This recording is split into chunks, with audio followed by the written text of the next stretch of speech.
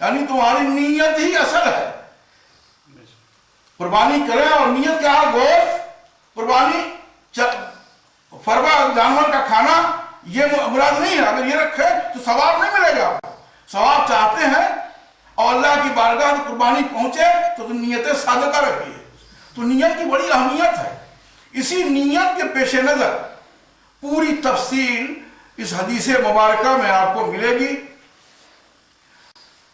ایک بات اور بتا دوں میں، یہ ایمان جو لائے حضرت عمر فاروق رضی اللہ تعالیٰ عنہ یہ عجب مومن ہے. حضور صلی اللہ علیہ وسلم نے دعا فرمائی تھی دو میں سے ایک کو ایمان لانے کی، آپ جانتے ہیں اچھی طرح سے. لیکن فَاسْتَبْشَرَ أَهْلُ السَّمَاءِ مِنْ ایمان عمر بن الخطاب.